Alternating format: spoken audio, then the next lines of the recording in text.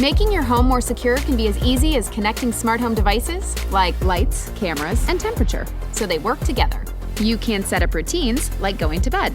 Most smart home platforms offer this feature. Let's see how it works. Start with a trigger event, like a voice command or even a time of day.